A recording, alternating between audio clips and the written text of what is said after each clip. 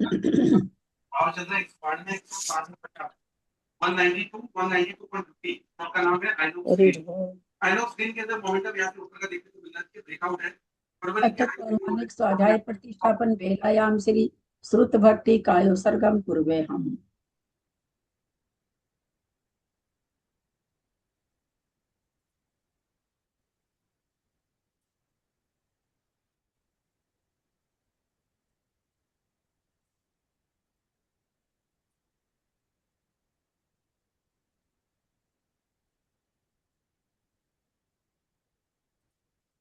कोटिशतं द्वादश कोटि लक्षान् श्रीति तत्कानि चैव पञ्चाशदष्टो सहस्रसङ्ख्यामेतत् श्रुतं पञ्चपदं नमामि अरहन्तवासयर्थं गन्धर्देवीं गन्त्यं सम्मं प्रणमामि भक्तियुक्तो सुधरां भवीं शिरसा इच्छामि भन्ते सुधभक्ति कौसगो कौतोसलम् अंगो वंग पहिने पावै परियं सुत पडमान मोपुग्या चुलिया चेव सुततै थुई धम कहम निच्चकालम अचेमि पूजेमि बंदामि नमस्सामि दुख को कम खो बोलियो बोहिलाओ सुवैगमनम समाहि मरणम जिनगुण संपत्ति हो मध्यम। अथ पौराणिक स्वाध्याय प्रतिष्ठापन बेलायाम श्री आचार्य भक्ति काय सर्गम पूर्वे हम। महाराज जी पूरा बना रहे जमा तो मिल गया।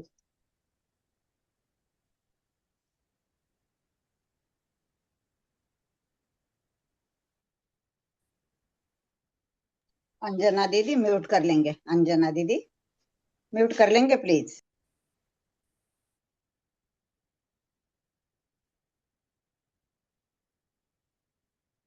तो जल्दी पार्गेभ्य स्वपरमतिभ्यः न पटुमतिभ्यः सुचरितपनिधिभ्यो नमः गुरुभ्यः गुण गुरुभ्यः छत्तीस गुण सम्मके पंचभ्याचारकरण संदृशे शिष्यानुग्रह कुशले धम्मार्ये सदा वंदे गुरु भक्ति संजमे नय तरंती संसार सायरं घोरं छिन्नन्ति अठकमं जन्मन वर्णं न पावन्ति ये नित्यं व्रत मंत्र होम निरता ध्यानाग्निहोत्राकुला सटकर्माभिरतास्तपो धन्दना साधु क्रिया साधव शील प्रवर्णा गुण प्रहनाश्चंद्रार्कते ज्योतिका मोक्ष द्वार कपाट पाटन भटा प्रणन्तु मां साधव गुरुः पान्तु नो नित्यं ज्ञान दर्शन नायकः चारित्रानो गंभीरा मोक्ष मार्गोपदेशकः इच्छामि भन्ते आर्य भक्ति कावसगो कौतोसलं सम्नान संतंसन समचरिजुत्तानं पंचविहाचाराणाम् आहिर्यानम् आयरादिसुदनानुपदेशयानम् उवज्जायनं तीरयन गुण पालनरियानं सौसाहनं नित्यकालं अचेमि पूजेमि बन्दामि नमस्सामि दुःखको कम्मको बोहिलावो सुगैगमनं समाहि मरणं जिनगुण संपत्ति हो मध्यम ओकारं बिंदु संयुक्तं नित्यं ध्यायन्ति योगिनः कामदं मोक्षदं चैव ओंकाराय नमो नमः अविरल शब्द का नौगा प्रक्षाली सकल भूतल कलंका मुनि विरूपासे तीर्था सरस्वती हरतु दूरितम अज्ञानतिमिरांधानां ज्ञानांजन शलाकया चक्षुरुन्मिलितं येन तस्मै श्री गुरुवे नमः श्री परम गुरुवे नमः परंपराचार्य गुरुभ्यो नमः सकल कलुष विध्वसकम श्रीशां परिवर्धकम धर्म संबंधकम भव्य जीव मन प्रतिबोधकारकम पुण्य प्रकाश पापणासमिदं शास्त्रम श्री गोमठसार जीव कांड नामधेयम अस्य मूल ग्रंथ करता है श्री सर्वज्ञ देवास्तुतर ग्रंथ करता है श्री गंधर देवा प्रति गंधर देवा तेषां वचोनुसारतम आसाद्य श्रीमद नेमि चंदाचार्य न विरिचितमिदं शास्त्रम श्रोतारः सावधानतया शृण्वन्तु मंगलम भगवान वीरो मंगलम गौतमो गणि मंगलम कुंद कुंदाद्यो जैन धर्मोस्तु मंगलम सर्वमंगल मांगल्यम सर्वकल्याणकारकम प्रधानम सर्वधर्माणां जैनम जयतु शासनम जैनम जयतु शासनम जैनम जयतु शासनम सरस्वती नमस्तुभ्यं वरदे कामरूपिणि विद्यारंभं करिष्यामि सिद्धिर्भवतु मे सदा। द्वादशम जिनवानी माता की जय। परम मांगली ग्रंथ गोमठसार जी जीव कांड जी की जय। आचार्य भगवान श्री नेमीचंद आचार्य की जय। आरिका पंडित परवर श्री रत्नचंद मुक्तार जी की जय। अढ़ाई दीप पे विराजमान सभी आचार्य उपाध्याय सर्व साधु के चरणों में नमोस्तु नमोस्तु नमोस्तु। सभी आरिका माता जी के चरणों में बंदामी बंदामी बंदामी। सभी छुल्लक छुल्लिका एलक के चरणों में इच्छामी इच्छामी इच्छामी। सभी प्रतिमाधारी के चरणों में ग्रुप में विराजमान प्रतिमाधारी के चरणों में वंदना वंदना वंदना। ग्रुप में विराजमान पूज्य जनों का सादर चरण स्पर्श सभी से सादर जय जिने। हम लोग परम मांगलिक ग्रंथ को मठसाची जीव कांति का स्वाध्याय कर रहे हैं, जिसको आचार्य भगवत नेमिचंद्राचार्य ने प्राकृत भाषा में गाथा रूप में लिखा है और पंडित प्रवर रत्नचंद्र जी की इस पर टीका है, जिससे हमारा स्वाध्याय चल रहा है। आचार्य भगवंत में इसमें प्रतिज्ञा की है कि हम 20 परूपना के द्वारा जीव के बारे में बताएंगे। गुण स्थान, जीव समास, पर्याप्ति, प्राण संज्ञा, गति इंद्रिय कषाय योग, गति इंद्रिय योग वेद कषाय, दर्शन संयम लेशा, अव्यक्त सम्यक संगी आहार और उपयोग। इस तरह से 20 परूपना के द्वारा जीव को प्ररूपित करेंगे, ऐसा आचार्य भगवंत ने प्रतिज्ञा ली है। उसमें से आचार्य भगवंत सबसे पहले हमको 14 गुण स्थान में जो जीव के 5 भाव है वो कहाँ कहाँ किस रूप पाए जाते हैं, इसका उन्होंने ज्ञान कराया। उसके बाद पहली परूपना गुण स्थान परूपना चल रही है। उसमें हम 13वें गुण स्थान में पहुंच चुके हैं। 13वें गुण स्थान का विशेषार्थ चल रहा है। सिद्धम शुद्धम पणमीय जिनिंद वर्णे विचंदम कलंकम गुणरयन भूषणुदयम जीवस परुवणम गोच्छम।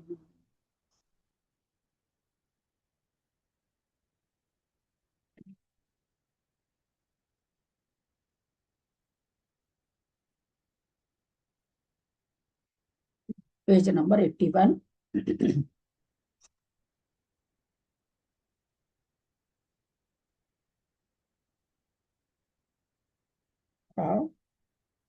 हो चुका था, 81 हो चुका था, 82 में हम लोग।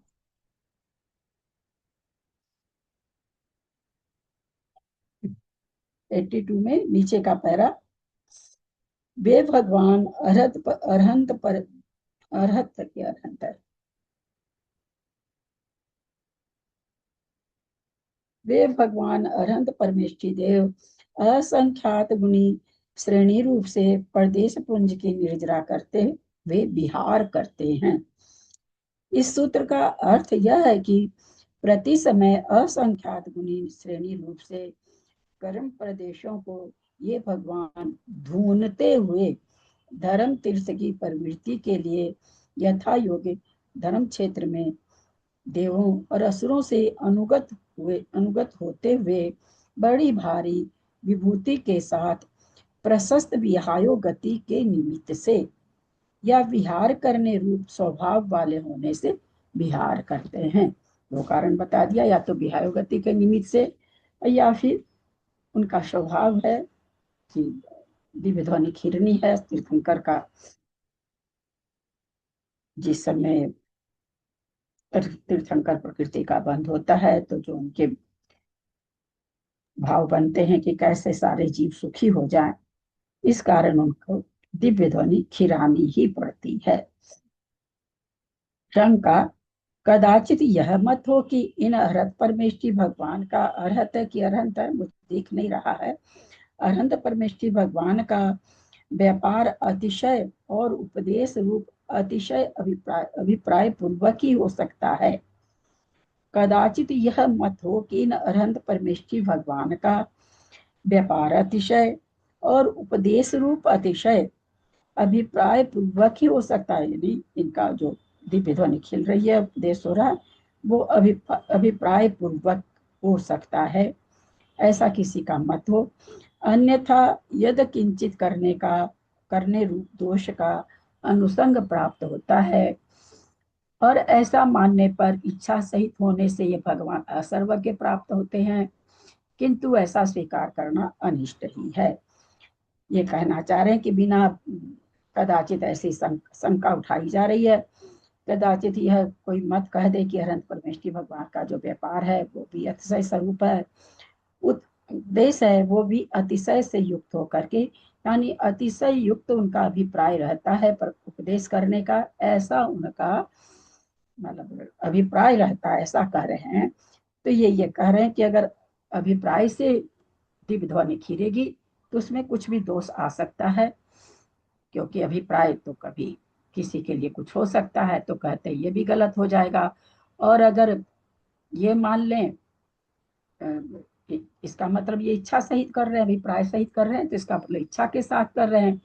तो इच्छा के साथ कर रहे हैं तो फिर असर्वज्ञ हो जाएंगे, सर्वज्ञ नहीं रह जाएंगे, असर्वज्ञपना प्राप्त हो जाएगा। तो इसलिए ऐसा स्वीकार करना कि तीर्थंकर की दिव्य ध्वनि व्यापार के अतिशय अतिशय से अथवा उपदेश के अतिशय से होती है, यह स्वीकार करना अनिष्ट है। ऐसा वो यहाँ पर शंका कर रहे हैं, समाधान देते हैं। किंतु ऐसा नहीं है, क्योंकि अभिप्राय से रहित होने पर भी कल्प वृक्ष के समान इन भगवान के पदार्थ के संपादन की सामर्थ्य बढ़ जाती है। ये कह रहे हैं अब वहां पर अभिप्राय नहीं है, परंतु इनमें ऐसी शक्ति आ गई है, ऐसी शक्ति से युक्त हो गए हैं भगवान कि उनमें सभी पदार्थों की संपादन करने की बिना अभिप्राय के भी शक्ति आ गई है। अथवा प्रदीप के समान इन भगवान की वह सामर्थ्य बन जाती है, क्योंकि दीपक नियम से कृपालुपने से अपने और पर के अंधकार का निवारण नहीं करता, किंतु उस स्वभाव वाला होने के कारण ही वह अपने और पर के अंधकार का निवारण करता है। एक बार पुनः पढ़ती हूँ। अथवा प्रदीप के समान, प्रदीप दीप माने दीपक, प्रदीप मतलब विशेष करके ये कहा जाता है जले हुए दीपक को प्रदीप कहते हैं। अथवा प्रदीप के समान इन भगवान की वह सामर्थ्य बन जाती है, क्योंकि दीपक नियम से कृपालुपने से अपने और पर के अंधकार का निवारण नहीं करता, किंतु उस स्वभाव वाला होने के कारण ही वह अपने पर के अंधकार का निवारण करता है। अपने कैसे अपना अंधकार कैसे दूर करता है? कहावत तो यही है, दीपक तले अंधेरा। बहुत बड़ी कहावत है, दीपक तले अंधेरा। यहाँ पर अपने को प्रकाश करता है, इससे क्या मतलब है? अपने को प्रकाश लिखा ना, अपने और पर के अंधकार का निवारण करता है। मैं नहीं लिखी हूँ, पंडित जी साहब लिख रहे हैं। तो पहले तो स्वयं ही तो प्रकाशित होता है, फिर दूसरों को मतलब एक साथ। मंजू जी थोड़ा सा प्लीज प्लीज देखने दीजिए, कौन बोल सकते हैं विशेष तो लोग। पेज नंबर क्या है? पेज नंबर है 83। क्या मतलब हुआ? अपना अपना अंधकार कैसे दूर कर रहा हूँ, कैसे सिद्ध करे इसको? कहावत तो हमने बचपन से ये सुनी है, चिराग तले अंधेरा। रंजू जी बोलना चाह रहे हैं, बोलिए रंजू जी। प्रणाम देवी। दीपक में स्वयं में ज्योति जलती है, तले में अंधेरा रहता है, लेकिन जो उसमें ऊपर में अंधेरा नहीं रहता, स्वयं में अंधेरा नहीं रहता। जलते हुए दीपक में अंधेरा नहीं होता है। हाँ, इसको कैसे सिद्ध करें? वो तो ठीक है, जल रहा है तो प्रकाश तो है ही है। जी अपने को प्रकाशित करता है, इसको सिद्ध कैसे करें? हम नहीं जानते दीपक क्या होता है। जी। तो जो स्वयं प्रकाशित होता है वही दूसरों को प्रकाशित कर सकता है। तो दूसरे प्रकाश की बात ही नहीं आ रही। अच्छा यहाँ तो हम पूछे ही नहीं, वो तो दूसरे को प्रकाशित तो कर ही रहा है।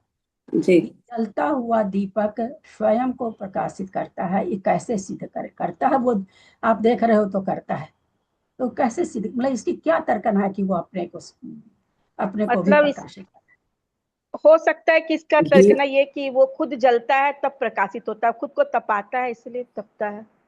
यहाँ शालिनी जी वो कहने के लिए बात नहीं है, यहाँ तो वो समझाना है कि दीपक स्वयं को प्रकाशित करता है, तो एक तर्कना देंगे ना। जैसे अच्छा। आग स्वयं में गर्म होती, हमने कह दिया तो आप मान लोगे क्या? आप बार बार उस तवे को जाके छुओगे, तवा चढ़ा हुआ गैस पर है ना। अरे ऐसे ही बोलती है, आग कोई गर्म होती है क्या? आग कोई गर्म नहीं होती। आप उस पर टच करके छूना चाहोगे कि सच में आग गर्म होती है क्या? तो प्रकाश तो इसका कैसे कैसे समझाया जाए किसी को कि हाँ अपना प्रकाश, अपने को भी प्रकाशित कर रहा है?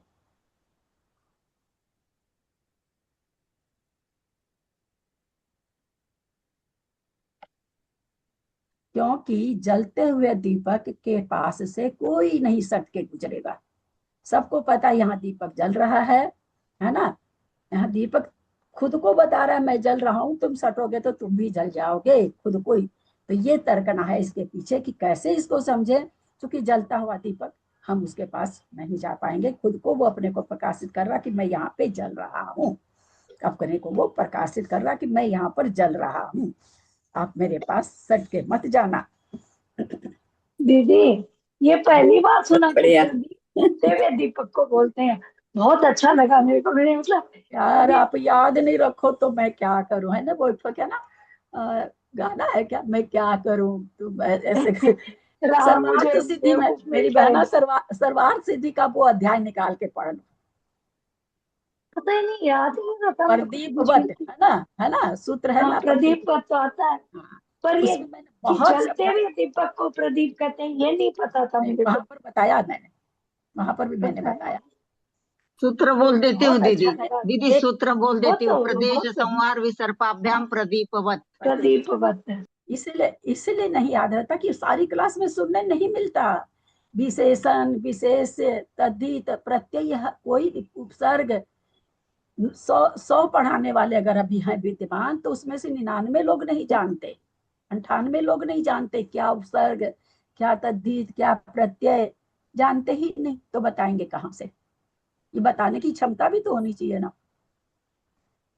हेतु भी तो फिर भी सुन के कोई बोल देगा कि हाँ, लेकिन उसका हेतु नहीं बता पाता है लोग। क्योंकि अगर बुझा हुआ दीपक थोड़ी पर क्या अभी वो बोले ना सूत्र बोलिए तो विजया जी। अभी लाइट चली गई थी, प्लीज आपने क्या प्रदेश बताया? प्रदेश संहार प्रदेश प्रदेश संहार संहार विसर्पाभ्याम प्रदीपवत, प्रदीपवत। वो जला हुआ दीपक वहां पर है कि आप कटोरी में रखिए तो कटोरी को पढ़ को आत्मा के परदेश हाँ, के वो लिए तो बताया है। जा रहा वहां पर कि आत्मा के परदेश छोटे से जिसको हम देख भी नहीं पा रहे, ऐसे सूक्ष्म जीव में आ गया तो भी वो आत्मा असंख्याति परदेशी है। और उस आत्मा एक वो 525 धनुष के हमारे बाहुबली जी थे, है ना, उसमें भी वही आत्मा है। तो उसी के लिए कहा कि जलते हुए दीपक की तो रोशनी कटोरी में फैलेगी, टोपिया में फैलेगी, या रोड पर रख दोगे तो रोड पर फैलेगी, बुझे हुए दीपक की थोड़ी फैलेगी ना। तो वहां तर्कना से अपने आप ही निकल गया जलता हुआ दीपक। बहुत सुंदर, बहुत सुंदर। अच्छा लगा। तो यहाँ पर कोई कहे भाई कि दीपक अपने को प्रकाशित करता है, ज्योत जल रही इसलिए पर प्रकाशित हो रहा, उससे हमको क्या लेना देना, हमको इसलिए लेना देना है हम जलेंगे नहीं। हमको दिख रहा है ये वो दिखा रहा कि मैं जल रहा हूँ यहाँ पर, तुम अगर सटोगे तो तुम्हारा कपड़ा जल जाएगा। वो अपने को प्रकाशित कर रहा है कि आप बच के जाना मेरे पास से। बहुत सुंदर, बहुत ही सुंदर। चलिए आगे ले चलते हैं। क्योंकि दीपक नियम से कृपालु बनने से अपने और पर के अंधकार का निवारण नहीं करता। ऐसा नहीं कि वो दया करता है हमको, या स्वभाव ही है उसको खुद का प्रकाश करना, पर को प्रकाशित करना, ये उसका स्वभाव ही है। हे जगत गुरु, आपने जगत के लिए आप कुछ त्रिशला जी कुछ पूछी थी। हाँ मैं भूल गई, सॉरी। लाइट चली गई थी थोड़ी देर, तो मैं सोचती आप कहाँ से बोल रहे हैं। लाइट चली गई थी ना, अभी आप हाँ बोल रहे थे जब अंधकार दीपक के बारे में, तभी लाइट चली गई थी, अभी भी आई है, तो मैं सोचती थी आपने आगे से पढ़ लिया क्या। नहीं वही पढ़े जो थोड़ा सा पीछे वाले पेज में जो डार्क से लिखा हुआ ना, बे भगवान अरहंत परमेष्ठी देव, बस उसके नीचे शंका है, शंका का समाधान शुरू किए हैं। ठीक है। अनुषंग माने क्या है भाभी? हाँ अनुषंग माने क्या है? अनुषंग क्या अनुषंग? यहाँ पे लिखना ना, यथा शंका में अन्यथा यथा किंचित करके रूप दोष का अनुषंग प्राप्त होता है। अनुषंग प्राप्त हो जाता है, दोष का संसर्ग हो जाता है। अनु माने अनुसार, यानी दोष के अनुसार चल देते हैं, जो प्रसंग हो जाता है वो दोष के अनुसार हो जाता है। चाची जी कौन से पेज से पढ़ा रहे हैं आप? पेज नंबर 83 पर आए हैं। मेरी बहना हमारे बीना जी भी पूछते, मुझे बहुत अच्छा लगता है, एक एक शब्द का अर्थ पूछती है, लेकिन मुझे अच्छा कब लगेगा जब वो शब्द दोबारा आए और आप उसका अर्थ बताएं। कभी कभी मुझे लगता है लोग मेरी परीक्षा लेते रहते हैं ग्रुप में कि इनको आता, इनको नहीं आता भाभी, है सच में। नहीं, जब भाभी हम अकेले में पढ़ते हैं ना, तो नहीं हमसे ये अर्थ नहीं बीना जी निकलते, फिर आप ही हम के यही लिए छोड़ नहीं कह देते रहे, हैं। बीना जी आपके लिए नहीं कह रहे हैं। देखिए हम भी कभी तो पढ़े ही है ना, कोई पेट से तो हम इतने बड़े पैदा नहीं हो गए हैं, है ना। कोई चीज पूछ हम ये आपके ऊपर नहीं, हम सभी के लिए कह रहे हैं। हम पूछते तो बहुत हैं, कोई एक शब्द नहीं छूटता है, मैं खुद ही नहीं छोड़ती हूँ, लेकिन अगर दोबारा वो शब्द आता है तो मैं ये भी तो चाहूंगी ना, आप लोगों ने मेरी परीक्षा ली कि मेरे को आता है कि नहीं, तो आप लोग को भी याद रखना चाहिए। उस जिस चीज को पूछते अरे हैं उसको हाईलाइट करना चाहिए। ये शब्द आता है ना तो हम फिर वो पीछे पलट के देखते हैं कि भाभी साहब ने पूछा था इसका अर्थ क्या है। जब दोबारा अर्थ आता है ना और हमें नहीं आता तो दिमाग में आता है, फिर हम वो पर्चा पलटते हैं, मैंने कहीं ना कहीं तो हमने पूछा जरूर था, लिखा हुआ है उधर, देखो क्या है। हमारे पास इतनी ही बुद्धि है, इससे ज्यादा बुद्धि नहीं है, हम उधर पलट पलट के देखते हैं। जगत गुरु आपने जगत के लिए जो हित का उपदेश दिया है वह कहने की इच्छा के बिना ही दिया है, क्योंकि ऐसा नियम है कि कल्प वृक्ष बिना इच्छा के ही प्रेमी जनों को इच्छित फल देता है। अच्छा, कल्प वृक्ष बिना इच्छा के भी देता है क्या? सुने तो यही थे ना कि मांगने से देता है, कल्प वृक्ष से नीचे चले जाओ तो।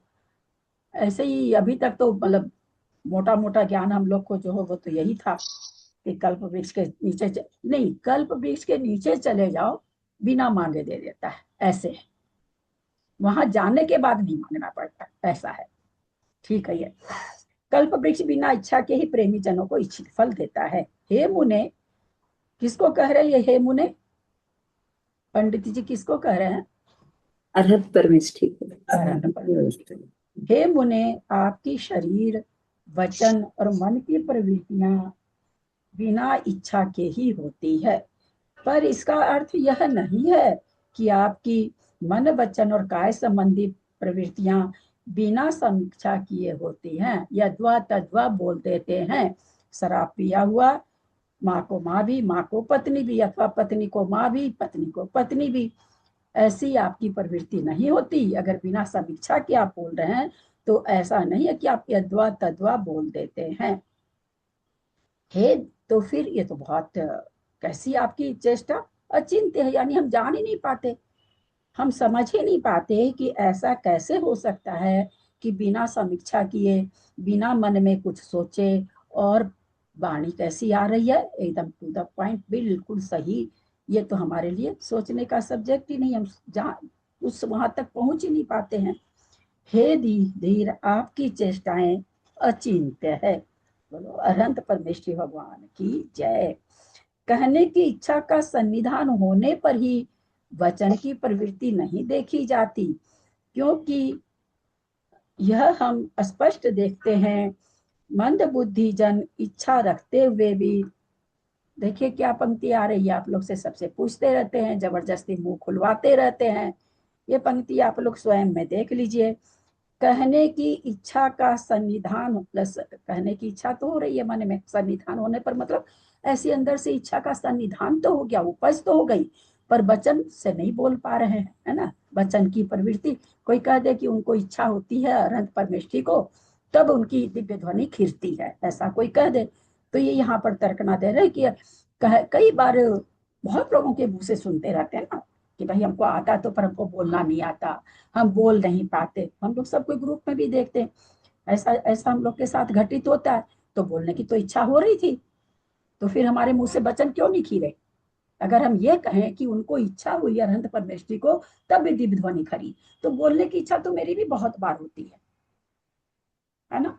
और छोड़िए, घर में कोई ऐसा चीज दाई नौकर बदमाशी करे तो बोलने का तो बहुत मन करता है, पूरा ही अंदर दबा लेते हैं कि भाग जाएगा अगले क्षण तो नौकर कहाँ से आएगा, है ना। एकदम दबा लेते हैं, शायद अपने पति की उतनी गलती दबा पाए नहीं पाए, क्योंकि वो तो जाएगा नहीं छोड़ के, लेकिन उसकी तो दबा लेते हैं। तो वो यहाँ पर क्या करे कि बोलने की, अगली लाइन देखिए आप लोगों के लिए है, और यही कारण रहता कि मैं सबसे बुलवाना चाहती हूँ, क्योंकि यह सब स्पष्ट देखते हैं कि आप लोग अगर अपने को ये मानते हैं तो ठीक है, मंद बुद्धि जन, अगर आप लोग ये अपने पर विशेषण सब कोई अपने आप को देते हैं तो फिर ठीक है कि भाई हम लोग मंद बुद्धि वाले हैं, तब फिर ठीक है, नहीं बोलते हैं तो। क्योंकि स्पष्ट देखते हैं कि मंद बुद्धि जन इच्छा रखते हुए भी शास्त्रों के वक्ता नहीं हो पाते। मन तो बहुत करता है, हम भी खूब बोले, हम भी सबको ज्ञान दें, पर दे कहाँ से?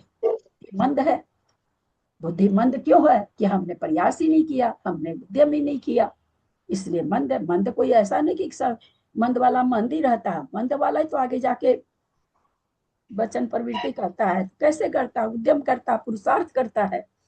इसलिए परम उपेक्षा लक्षण रूप संयम की विशुद्धि को धारण करने वाले इन भगवान के बोलने और चलने रूप व्यापार आदि अतिशय विशेष स्वभाव। बहुत धीरे धीरे पढ़ रहे हैं, और भी कहेंगे तो धीरे पढ़ लेंगे, क्योंकि थोड़े से शब्द, थोड़े अच्छे अच्छे शब्द आ रहे हैं। मैं फिर से पढ़ रही हूँ। इसलिए परम उपेक्षा लक्षण रूप संयम की विशुद्धि को धारण करने वाले इन भगवान के बोलने और चलने रूप व्यापार आदि अतिशय विशेष स्वाभाविक होने से पुण्य बंध के हेतु नहीं है, ऐसा यहाँ जानना चाहिए, जैसा कि आर्स में कहा है। अभी खुलासा करते हैं और आप लोगों से भी पूछते हैं इसका, चूंकि इसको प्रकरण पूरा कर ले।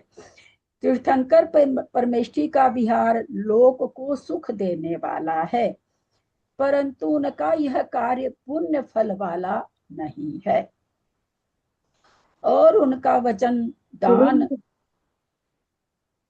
कुछ पूछ रहे हैं क्या? हम पढ़ के खुलासा कर रहे हैं ना, थोड़ा सा पेशेंस रखेगा, थोड़ा सा पूरा, क्योंकि आर्ट्स में कहा ये नहीं पढ़ेंगे ना तो ऊपर का सेंटेंस पूरी तरह से खुलासा नहीं होगा। फिर से पढ़ रहे हैं। तीर्थंकर परमेष्ठी का विहार लोक को सुख देने वाला है, परंतु उनका यह कार्य पुण्य फल वाला नहीं। ऐसा नहीं कि वो विहार कर करके दिव्य ध्वनि खिर रही है तो उससे उनको पुण्य बंध रहा है, ऐसा आर्स में आया है। उनका वचन दान पूजा रूप आरंभ को करने वाला तो है, फिर भी उनको कर्मों से लिप्त नहीं करता।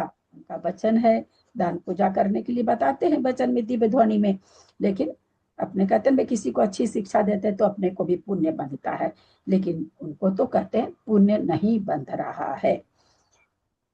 पुनः इस महात्मा का ये करके शंका के पहले तक पढ़ के, क्योंकि शंका के आगे तो फिर नया करण आ रहा है। पुनः इस महात्मा का वह विहार अतिशय भूमि को स्पर्श न करते हुए ही आकाश में भक्ति बस प्रेरित हुए देव समूह के द्वारा रचे गए स्वर्ण कमलों पर प्रयत्न विशेष के बिना ही अपने महात्म विशेष बस प्रवृत्त होता है, ऐसा जानना चाहिए, क्योंकि योगियों की शक्तियां अचिंत्य होती है। वापस ऊपर से लेते हैं, अच्छा इसको पढ़ लेते हैं। ऐसे वे उत्कृष्ट, ऐसे वे केवली उत्कृष्ट से कुछ कम एक पूर्वोकोटि काल तक विहार करके तत्पश्चात आयु कर्म के अंतर्मूर्त शेष रहने पर अघातिया कर्मों की स्थिति को समान करने के लिए पहले आवर्जित करण नाम की दूसरी क्रिया को प्रारंभ करते हैं। वापस ले रहे हैं ऊपर से। इसलिए परम उपेक्षा लक्षण रूप संयम की विशुद्धि को धारण करने वाले, परम उपेक्षा लक्षण रूप क्या होगा मंजू जी जयपुर? संयम कितनी प्रकार का? क्योंकि आप लोग और भी क्लास कर रहे हो ना यार, ताजा ताजा। मैं कहाँ करती हूँ, मैं ही नहीं करती, मैं तो सिर्फ आपका ही सुनती हूँ। सुबह भाई साहब आने करती हूँ। हाँ, तो यथा क्या संयम के लिए आया है क्या? लक्षण रूप यथाख्यात संयम तो 11 में भी हो जाए। चारित्र मतलब यथा क्या चारित्र। इसलिए परम उपेक्षा लक्षण, कैसा संयम? परम उपेक्षा लक्षण बताए तो हैं, हम बिना बताए हम पूछते नहीं हैं, खूब बढ़िया से बहुत बार बताए हैं। जो भैया की परम योग निरोध के बाद जैसे परम उपेक्षा रूप हो गया। अभी रोग निरोध यार, अभी तो कितने करण चलेंगे, अभी तो बहुत करण चलेंगे, अब तो करण आया है यहाँ पर। परम उपेक्षा लक्षण रूप संयम, कौन सा संयम? कैसा संयम?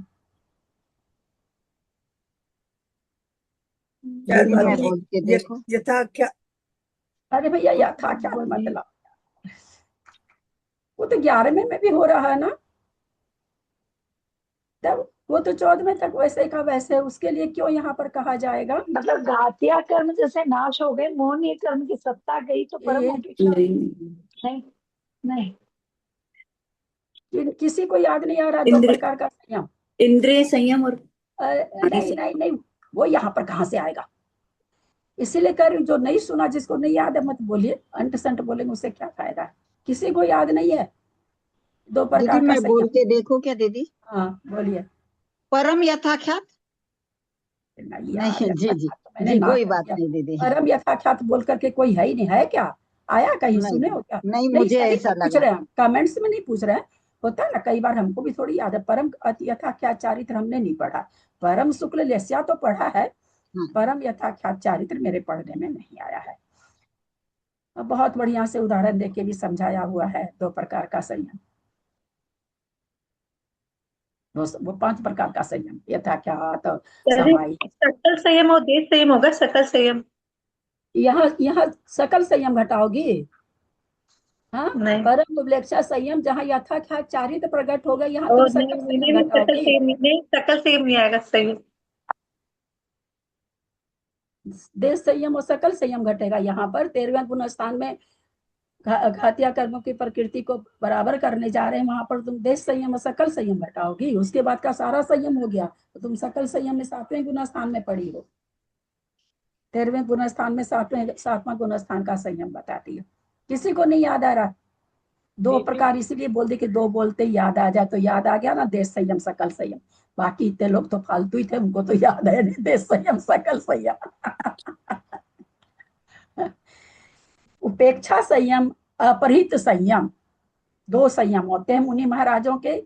7वें गुण स्थान के से ही चालू हो जाते हैं। समाइक में बैठे हैं, ध्यान में बैठे हैं, अपरिहित संयम भी हो सकता है उनको, और उपेक्षा संयम भी हो सकता है। अंतर क्या है दोनों में बताए हुए हैं, फिर भी बोलने के बाद मैं सोची शायद याद आ जाए। चींटी चढ़ रही है, न खुद हटाएंगे न कोई और हटाने आएगा, ध्यान में बैठे रहेंगे उपेक्षा करके एकदम। सांप चढ़ जाए, उपेक्षा है, कोई फर्क नहीं पड़ता। हमारे शांति सागर जी के शरीर पर सांप चढ़ा हुआ है, कुछ भी फर्क नहीं पड़ रहा है। एक मुनि महाराज है, उतने अभी दृढ़ नहीं हो पाए हैं। चींटी चढ़ी, वो ध्यान, यद्यपि आंख बंद है, पीछे उठाए, चींटी को ऐसे छोड़ दिया। अथवा यहाँ दोनों चीजें, अथवा यहाँ पर चींटियों का झमेला है, उठ के दूसरी जगह जाके बैठ गए, दोनों चीज कर सकते हैं।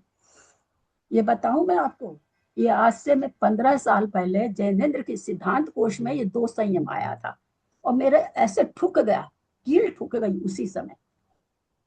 ओहो, ऐसे होता है, ऐसे होता है, इस तरह से। और उसकी सारी व्याख्या फिर मैंने स्वतः लगा ली, मेरे को उसमें पढ़ने की जरूरत नहीं पड़ी, कुछ तो हिंदी शब्द आते इसलिए भी। उसके बाद मैंने ये नहीं कि मैं कहीं पढ़ी हूँ, किसी से पूछी हूँ, ऐसे माथे उसी से मैं ठुका कि अच्छा इस तरह के 2 संयम, ऐसे मुनि महाराज। तो जब तक है ना अपने अंदर आह्लाद नहीं होगा कि क्या हमारे मुनि महाराज हैं, क्या हमारे तीर्थंकर हैं, क्या केवल ज्ञान है, सब एक बराबर। देश संयम और उपेक्षा संयम एक बराबर हो गया। क्या बहुमान बताएं? अप्रियत, अपरित, अप्रियत। हाँ, हृदय वाला है। अतः अपरित, अपरित माने अपहरण कर देना, दूर कर देना। अप्रियत। 2 प्रकार का संयम ध्यान, मुनि महाराज जो ध्यान में बैठे हैं उनके लिए। छठे गुण स्थानवर्ती तो प्रमादी है, तो वहां तो कोई घटेगा ही नहीं। जिस समय ध्यान में बैठे कदाचित उनके ऊपर सर्प भी आ जाए तो भी वो हिलेंगे डुलेंगे नहीं, और ऐसी उनके अंदर इच्छा नहीं होगी कोई हटा दे। तो कैसे है तीर्थंकर परमेष्ठी यहाँ पर, सॉरी अरहंत भगवान, परम उपेक्षा, उपेक्षा में भी और परम लग गया, उत्कृष्ट उपेक्षा लक्षण वाला संयम है यहाँ पर। कैसे संयम की विशुद्धि है? परम उपेक्षा लक्षण रूप संयम है यहाँ पर। मतलब दूसरे का उसको पूरा उसके नाम तरफ ध्यान वापस ही नहीं, बोलिए ना। उपेक्षा हाँ, नहीं करे, मतलब उपेक्षा माने हो गया कि चिंटी चढ़ उपेक्षा गई, कर, उसकी तरफ आप ध्यान ही मेरे नहीं घर, देंगे। आप मेरे पास आए मिलने के लिए, मैंने ध्यान ही नहीं दिया आपको। आए तो आए, मैं तो अपने मगन बैठी हूँ भाई, मैंने उपेक्षा कर दी। आओ सर पाओ, चीटी आओ, छत गिरो, उपेक्षा कर रहे हैं सब चीज की। हाँ, ठीक। अब दूसरा नाम एक बार फिर से बोलिए ना। प हृदय वाला ह, और त तंबू वाला त। बताया था अपरित, दीदी, अभी याद आया, बिल्कुल बताया अपरित था मतलब आपने। होता है, अपरित शब्द का मतलब ही होता है दूर करना, अपहरण करना, हटा देना, ऐसे उसके प के शब्द। नीचे र ना, प के नीचे र, अप्रियत। नहीं, अपरहित। एक मिनट, पूरा है ना, अनाज वाला परम वाला प, हृदय वाला ह, और तंबू वाला त, अपहृत संयम। अपहत, अपहत, और अब तो सभी बोलना नामों क्या था? हृदय। हाँ, चलते हैं आगे, चलू आगे। इसलिए इसलिए परम उपेक्षा लक्षण रूप संयम की विशुद्धि को धारण करने वाले इन भगवान के बोलने चलने रूप व्यापार आदि अतिशय विशेष स्वाभाविक होने से पुण्य बंध के हेतु नहीं है, ऐसा यहाँ जानना चाहिए। चूंकि अतिशय विशेष स्वाभाविक रूप से दिव्य ध्वनि क्या है वो, भवि भागन बस जोगे बसाए, भव्यों के भाग्य से विहार होता है। वो अपने मन से तो करते नहीं कि चलो भैया आज तो हम कलकत्ता वालों को दिव्य ध्वनि खिलाए, आज हम मद्रास वाले के लिए खिलाए, ऐसा वहां पर नहीं होता। इसलिए उनको कोई पुण्य का बंध वहां पर नहीं है। तीर्थंकर परमेष्टि का विहार लोक को सुख देने वाला है, परंतु उनका यह कार्य पुण्य फल वाला नहीं है। और उनका वचन दान पूजा रूप आरंभ को करने वाला तो है, फिर भी उनको कर्मों से लिप्त नहीं करता। उनका जो वचन दान हो रहा है, दिव्य ध्वनि जो खिल रही है, वो दान पूजा में प्रवृत्त तो करती है श्रावक को। तो अपने लोग कह देते हैं किसी को, या कोई हमारे करने से कहने से मंदिर दर्शन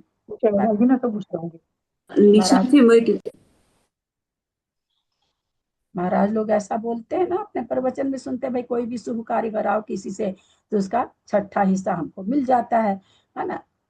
अब प्रवचन का अतिशय कहे चाहे पर सामान्य से कहते हैं ना, तो उसी चीज को यहाँ कह रहे हैं कि यहाँ ऐसा नहीं कि अपना छठा हिस्सा, वो दिव्य ध्वनि जितने लोग सुन रहे हैं उसका छठा हिस्सा भगवान को मिल जा रहा, करना क्या भगवान को पुण्य का।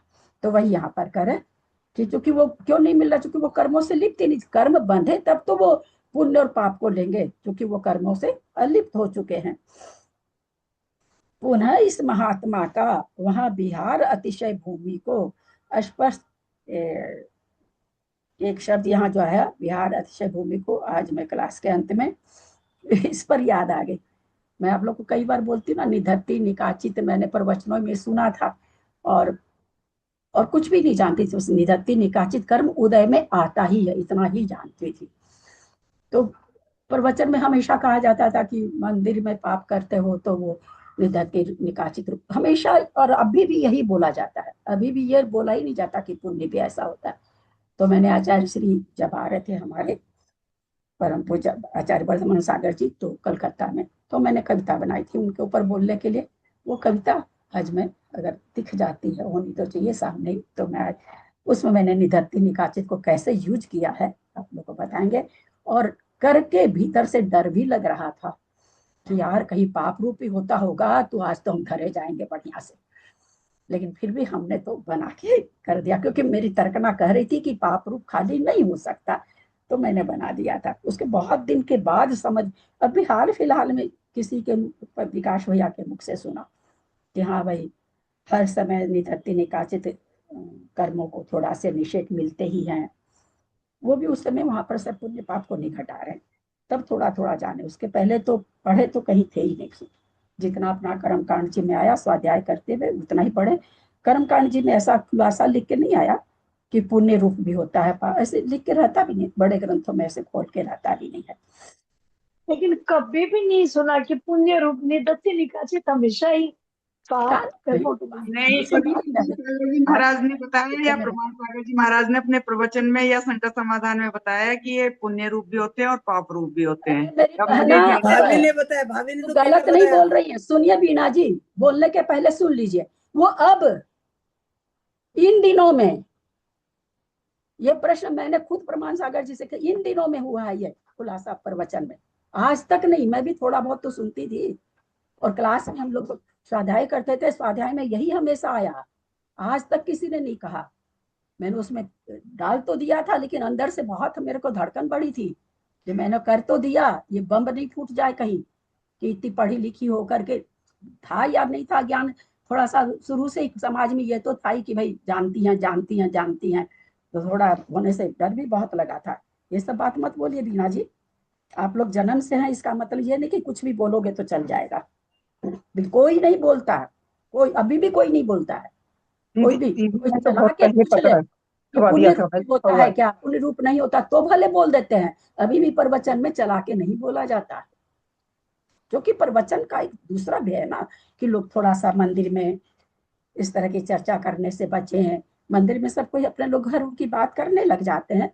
तो मेन मुनि महाराज लोगों का यही रहता है कि नहीं, मंदिर में लोग अच्छे भाव से रहे, उस कारण से वो चीज केवल वैसे ही बताई जाती है। कोई नहीं बताता कि हर समय निधत्ति निकाचित कर्म। अब भी कह रहे ना, माता जी के प्रवचन सुने और मैंने माता जी को बताई थी, आप लोग को कहलवाए, फिर कितनी जगह खोजबीन हुई, तब जाके माता जी मानी। माता जी प्रति समय निधत्ति निकाचित कर्म हो रहे हैं, प्रति समय उनको निश्चय अपना हिस्सा मिल रहा है।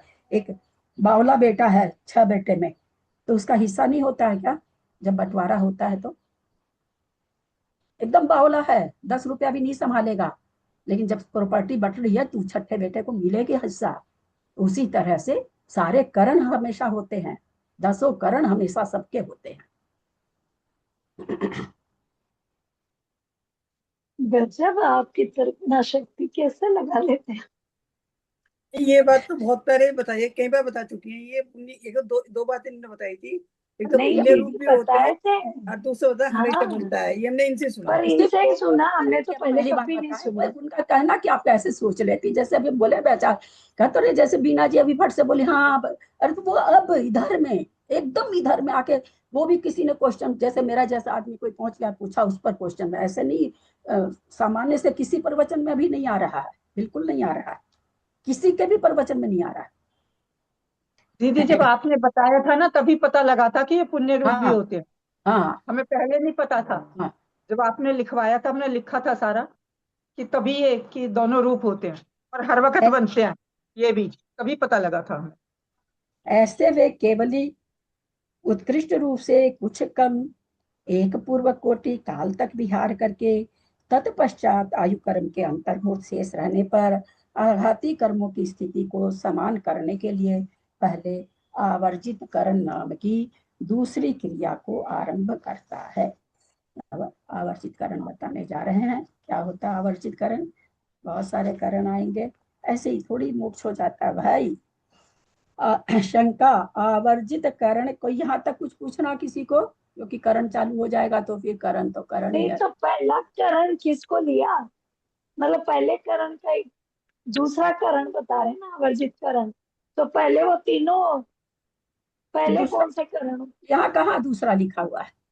नहीं है ना, क्रिया दूसरी, दूसरे दूसरी आवर्जित क्रिया, करण आपकी करण नहीं, दूसरी क्रिया को, क्या कर वो रहे हैं, क्रिया है, क्या हो चुकी, क्रिया केवल ज्ञान हो चुका, कर्मों का नष्ट हो चुका क्रिया। है ना, जो सही, कर्मों का उदय मैं नष्ट हो ना चुका, पहली तो करण वो समझ क्रिया हो गई, गई। तो मैंने कहा पहले किस करण? केवल ज्ञानी हो चुके, पहली वो क्रिया हो चुकी है, अब वो हाँ दूसरी हाँ, क्रिया। दीदी एक समाधान। बार दीदी दीदी एक बार आप हृत संयम की परिभाषा बता दें। एकदम आगम की भाषा में चाहिए तब तो हमको देख के लिखना बोलना पड़ा। आवर्जित सॉरी, अपहृत संयम, जिस संयम का धारी मुनि महाराज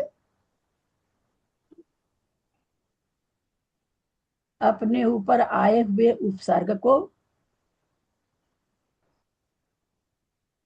दूसरे से दूर करवा लेते हैं अथवा अपने से दूर कर लेते हैं, वो अपहृत संयम वाले होते हैं।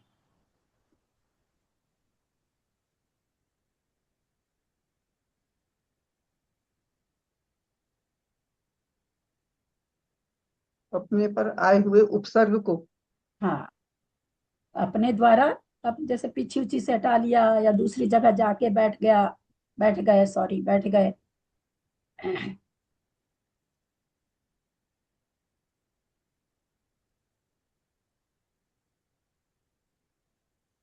किसी को कही दिया, चिट्ठियां सब चल रही थी तो इशारे से बोल ही दिया कि थोड़ा सा उधर कर दो चिट्ठी सबको, कुछ भी इस तरह से जो करते हैं तो अपहरण कर लेना, हटा देना किसी चीज को, तो अपहृत संयम होता है। उपेक्षा में तो भैया कुछ भी आ जाओ, एक बड़का क्या कौन सा सांप सबसे ज्यादा होता है जहरीला, वो सांप भी शरीर पर चढ़ जाए तो चढ़ जाए, भैया मेरा क्या कर लो, कि शरीर को तो खाओगे खा लो, आज नहीं तो कल तो जाना ही है इस शरीर का, उपेक्षा कर देना। लोपेक्षा संयम हो गया। केवली समुद्घात कब होता है आवर्जित करण? केवली समुद्घात के अभिमुख होना आवर्जित करण कहा जाता है। केवली समुद्घात किए नहीं है, सम्मुख हो रहे हैं, अगले समय में केवली समुद्घात होना है, उस समय को, सम्मुख होने वाले समय को आवर्जित करण कहा गया। उसे यह अंतर्मूर्त काल तक पालन करता से, आवर्जित करण को अंतर्मूर्त तक करता है, वहां अभिमुख होकर के शुरू हुआ आवर्जित करण। क्योंकि अंतर्मूर्त काल तक आवर्जित करण हुए बिना केवली समुद्घात क्रिया का अभिमुखी भाव बन नहीं सकता। अच्छा, अभी वो अभिमुखी होने के लिए अंतर्मूर्त तक कर रहा है। अंतर्मूर्त काल तक आवर्जित करण किया है तब अभिमुख हुआ है। ऐसा नहीं कि अभी आवर्जित करण हुआ और उसके केवली समुद्घात शुरू हो गया, ऐसा नहीं है, ऐसा बता रहे हैं। देखें फिर क्या कह रहे हैं आगे। उसी काल में ही नाम गोत्र समुद्घात क्रिया का अभिमुखी भाव नहीं बन सकता। इसका मतलब देखते आगे क्या कहते हैं। उसी काल में ही नाम गोत्र वेदनीय कर्म के प्रदेश पिंड का अपकर्षण करके उदय में थोड़े प्रदेश पुंज को देता है। अनंतर समय में असंख्यात गुणे प्रदेश पुंज को देता है। इस प्रकार असंख्यात गुणी श्रेणी रूप से निक्षेप करता हुआ, निक्षेप मतलब फैलाता हुआ, निक्षेप फैलाता मतलब हुआ, एक बार से दोबारा नहीं बोलेंगे, मैं सबको कह रही हूँ। सॉरी एक दीदी, बार, सॉरी। हाँ, एक बार से दोबारा नहीं बोलेगा। मुझे बहुत, मेरे एकदम सुनता है, क्योंकि शांत रहते हैं ना यहाँ पर, उपयोग इधर ही है ना मेरा। आप लोग के जैसे उपयोग भटकता नहीं ना कि सुनने का, इसलिए एक बार से ज्यादा नहीं बोला करिए। और किसी से भी पूछने का, आप सही की गलत हम नहीं बोल रहे हैं। निक्षेप मतलब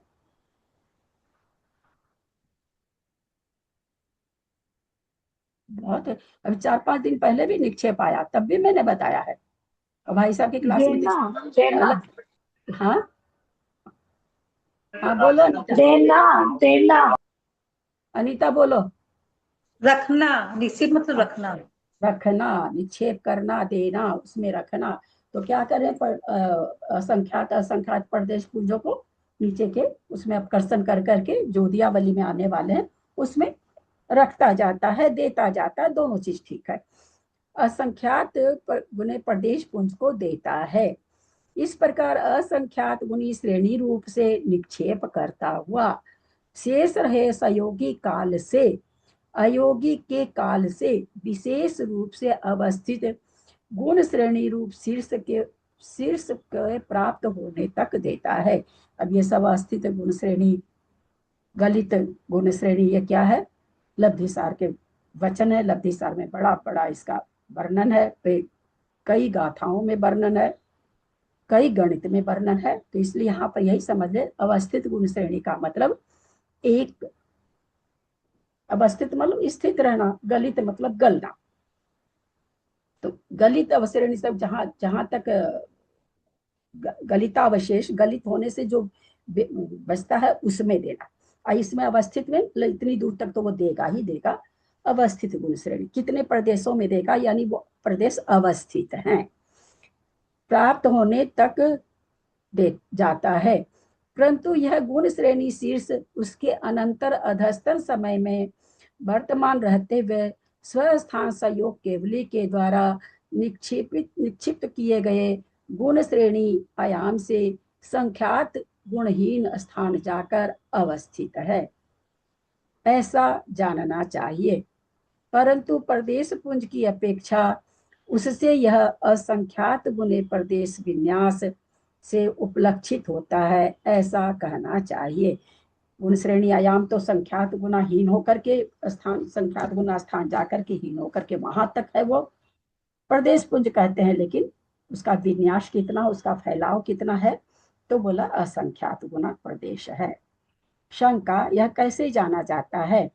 यह 11 गुण श्रेणियों के स्वरूप का निरूपण करने वाले गाथा सूत्र से जाना जाता है। उस गुण श्रेणी शीर्ष से उपरिम अनंतर स्थिति में भी असंख्यात गुणे प्रदेश पुंज को ही सींचता है। उसके बाद ऊपर सर्वत्र विशेषहीन प्रदेश पुंज को निक्षिप्त करता है। इस प्रकार आवर्जित करण काल के भीतर सर्वत्र गुण श्रेणी निक्षेप जानना चाहिए, यानी अंतर्मुख तक गुण श्रेणी निक्षेप चलता रहता। गुण श्रेणी माने गुणित होते हुए निक्षेप करना। यहाँ पर दृश्यमान प्ररूपणा जानकर ले जाना चाहिए। अभी प्ररूपणा क्या करें, यहाँ पर दृश्यमान प्ररूपणा जान करके, क्योंकि चित्र में इसको दिखाया जा सकता है तो कहते हैं ये जान करके दृश्यमान करके ले जाना चाहिए कि भाई चित्र बनाते हुए समझाते हुए जाना चाहिए।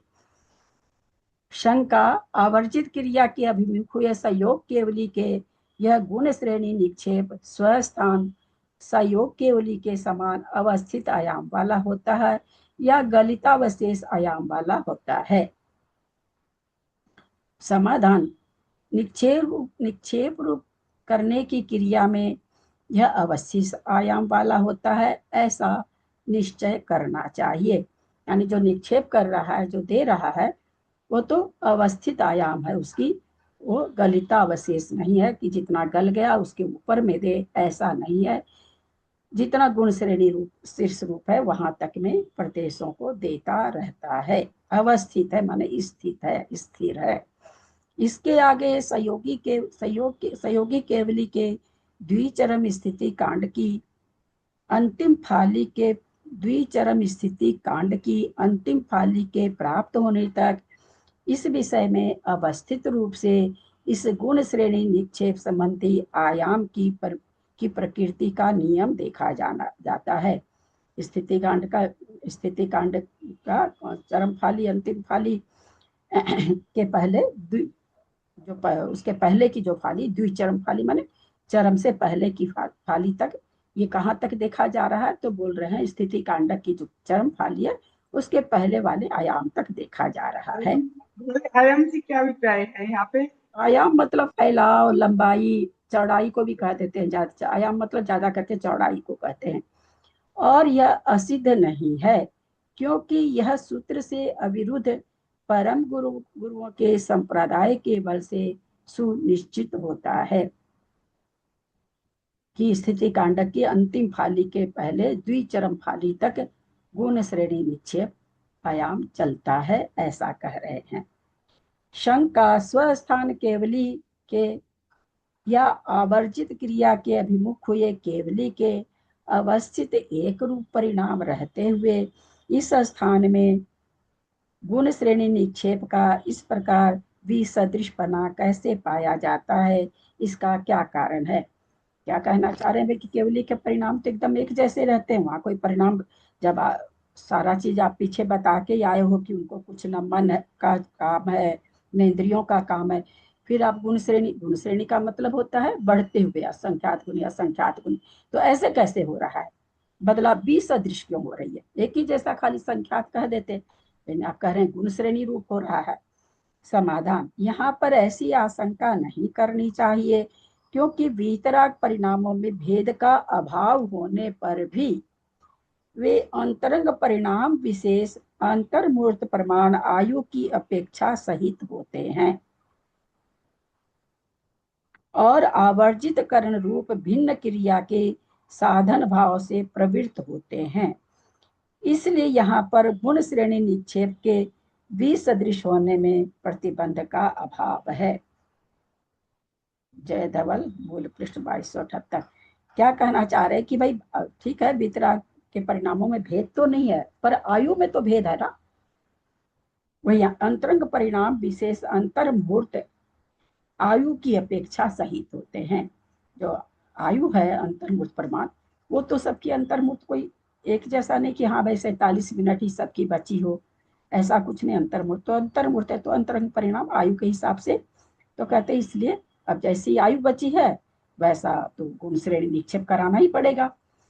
तो गुण श्रेणी निक्षेप जब कराना पड़ेगा आयु के हिसाब से, आयु अंतर्मूर्त है तो वो अंतरंग परिणाम विशेष आयु किसी अंतर्मूर्त होते हुए भी अंतर्मूर्त के बहुत सारे भेद हैं, तो बहुत सारे भेद होने से यहाँ पर कह रहे हैं गुण श्रेणी निक्षेप का विसदृश होने में कोई ऐसा रुकावट नहीं आती है।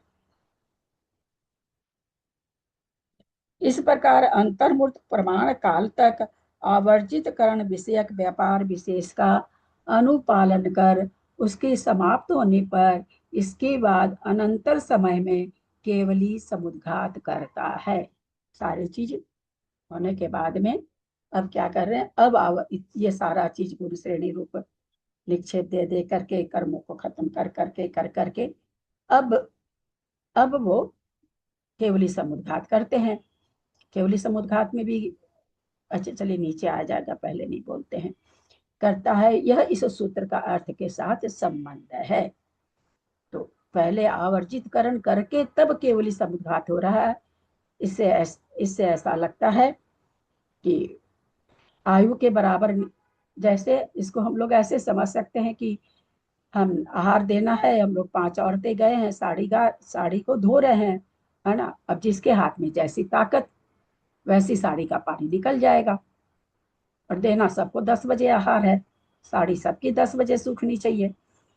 तो ये आवर्जितकरण करने का कारण वही हमको लगता है कि भाई जो समुद्घात में जितनी स्थिति, यानी जितना पानी आपकी साड़ी का 15 मिनट में सूख जाएगा, उसके अलावा का सारा पानी आपने पहले निकाल दिया, फिर 15 मिनट में साड़ी सूख जाएगी।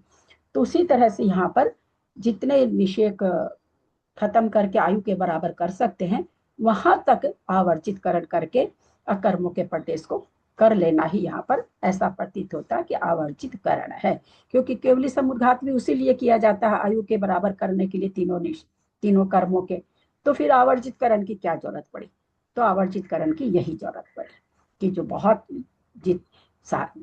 निषेक तो केवली समुद्घात में होंगे नहीं खत्म, तो जितने निषेक इसमें खत्म हो सकते हैं उतने तक वहां पर लाया जाता होगा। आयु नाम गोत्र पहले दे दिए हैं, वो वेदनीय कर्म के उसी काल में नाम गोत्र वेदनीय कर्म के निषेक को वो आवर्जितकरण के द्वारा खत्म किए हैं, ऐसा प्रतीत होता है। केवली समुद्घात किसका नाम है? शंका समाधान। कहते हैं उद्गमन का अर्थ उद्घात है। इसका अर्थ है जीव के प्रदेशों का फैलना।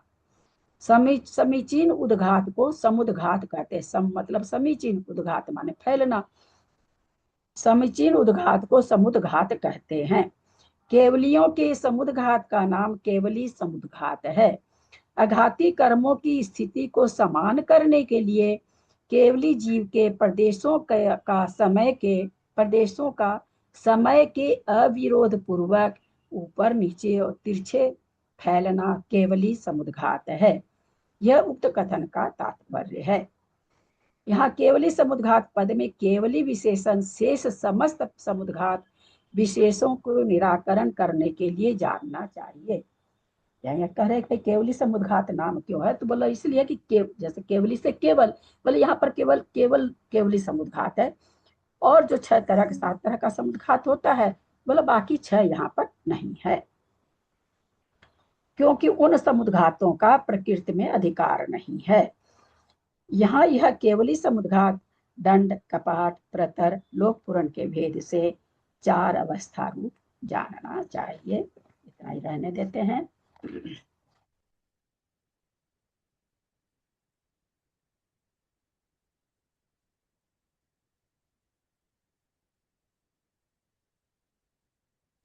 मुक्तार जी की भाषा बहुत क्लिष्ट, मतलब ऊंचे दर्जे की भाषा है, बहुत ही ऊंचे दर्जे की है। बहुत ऊंचे। मुक्तार जी का ग्रंथ हर कोई थोड़ी, मुक्तार जी का ग्रंथ अमृत चंद्राचार्य की टीका हर आदमी नहीं पढ़ सकता। पढ़ने को वाचना कोई भी कर लो, एक शब्द मतलब ऐसे बता पाते। इसलिए मेरा अपना मानना, जैसे अमृत चंद्राचार्य का पुरुषार्थ सिद्धि उपाय है, मैं पहले की 15 वर्ष पहले की बात बताती हूँ। जैसे आप लोग स्वाध्याय करते हो वैसे मैं भी लोगों के मुंह से सुनती थी करना चाहिए, मेरे गले ही नहीं उतरता था, फिर भी ले लिया। वो पुरुषार्थ सिद्धि उपाय मेरे को कोई पूछता पुरुषार्थ हाँ पढ़ा है, एक अक्षर ध्यान ही नहीं दिया, बस पढ़ना है, पढ़ लिया, बंद किया, रखा। वो इतना कठिन भाषा तो बहुत कठिन, मतलब कभी कभी तो मेरे को लगता कि मैं दोबारा पढ़ने बैठू तो पता नहीं समझ में आएगा कि नहीं आएगा। हालांकि मैंने कभी देखा नहीं उसके बाद, मैं वो कविता सुनाती हूँ जो आचार्य श्री के आने पर मैंने लिखी थी।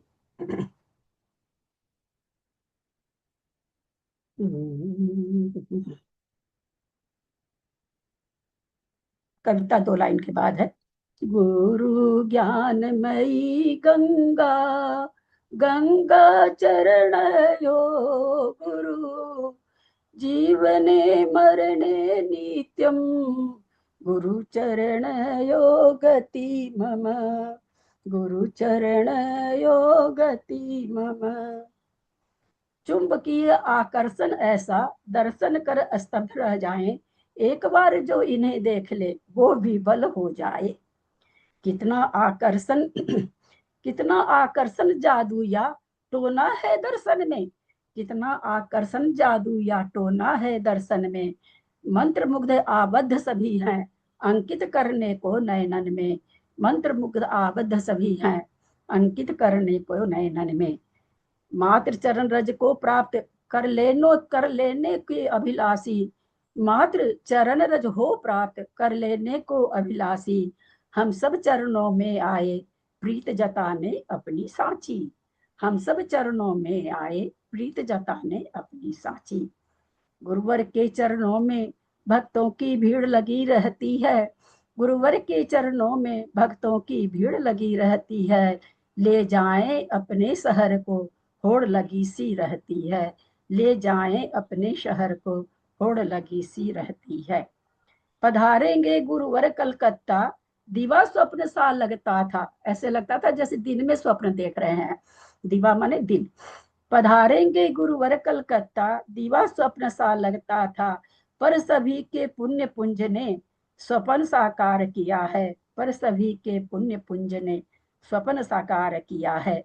अतः हमारे निधति निकाचित, अतः हमारे निधति निकाचित पुण्य का फल मिला है, पुण्य का फल मिला है। इसीलिए तो गुरुवर का चरण स्पर्श कलकत्ता वसुधा को मिला है, इसीलिए तो गुरु का चरण स्पर्श कलकत्ता वसुधा को मिला है। आनंद घन के प्रांगण में मन मोर ने पंख फैलाए, आनंद घन के प्रांगण, घन माने बादल, तो आनंद कैसे बादल आनंद के हैं और मन कैसा उसे जैसे मोर पंख फैला के नाचता है, वैसे सारे कलकत्ते वाले नाच रहे हैं।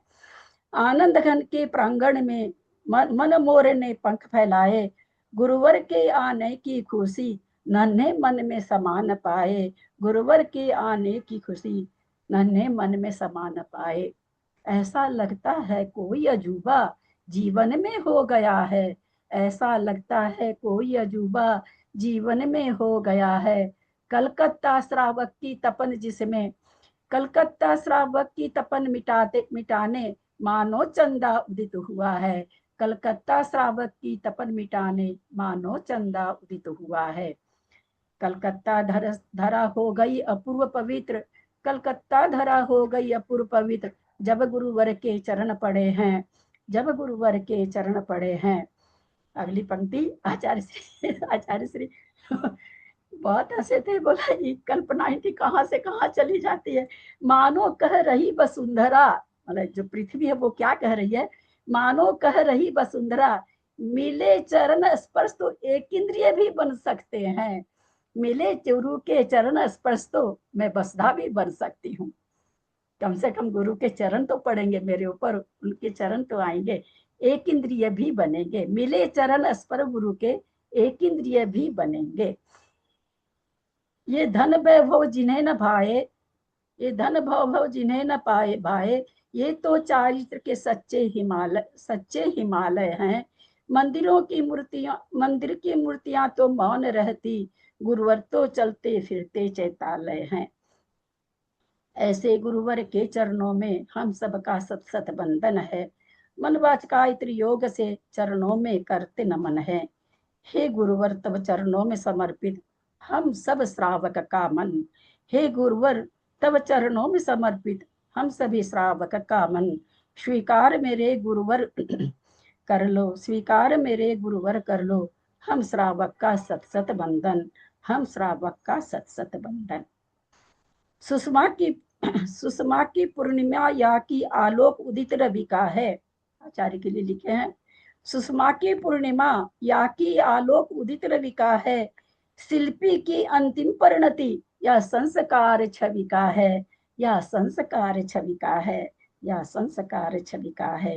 एक ही तत्व समाहित संपूर्ण लोक जीवन में, एक ही तत्व समाहित संपूर्ण लोक जीवन में, ध्येय आपका, आचार्य श्री के लिए कह रहे हैं, ध्येय आपका जन्म मरण का उन्मूलन करना है, ध्येय आपका जन्म मरण का उन्मूलन करना है।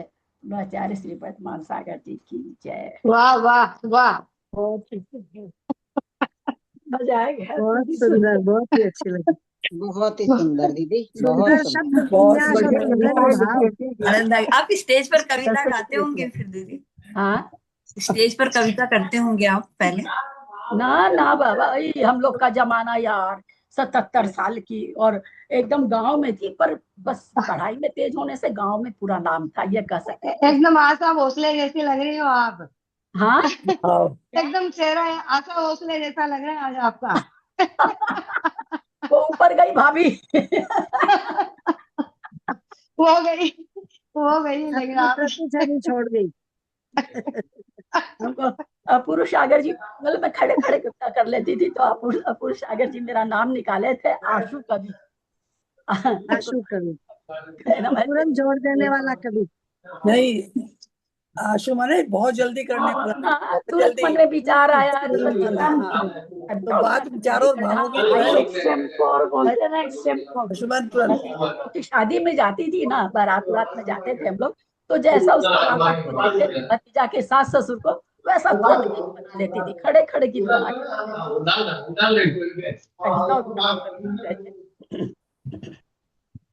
परसों चौका है घर में, सात माता जी आ रहे हैं ना, माता जी का प्रवेश है परसों। अच्छा, गुरु नंदी माता जी का। आचार्य श्री तो आज बड़के बालाजी पहुंचे हैं। मैं तो जा ही नहीं पाई बड़के बालाजी। वहाँ ग्रीष्मकालीन वाचना में ही है। मौसी मेरे लिए कपड़ा सुखा के लाओ। हाँ रहेंगे ना 1 महीना। बड़के बालाजी रुकेंगे 1 महीना शायद। ग्रीष्मकालीन पूरा वही है वाचना। अच्छा 1 महीना रुकेंगे क्या वहाँ? चलिए ना भाभी, अंजना भाभी। अरे हमको हितेंद्र सागर जी को अलौकिक गणित और 14 धाराएं उनके साथ स्वाध्याय करना, भाई को कई बार मेरे को बोल भी चुके, पर मैं क्या करूं, कहीं भी तो सीकर में आना है ना आपको। सीकर में चौमासा है, देते हैं एकदम ऊपर नीचे, मेरे से उतरा नितरा नहीं जाता, फिर मैच तो हो ही नहीं पाता, मैं तो भाग आती हूँ।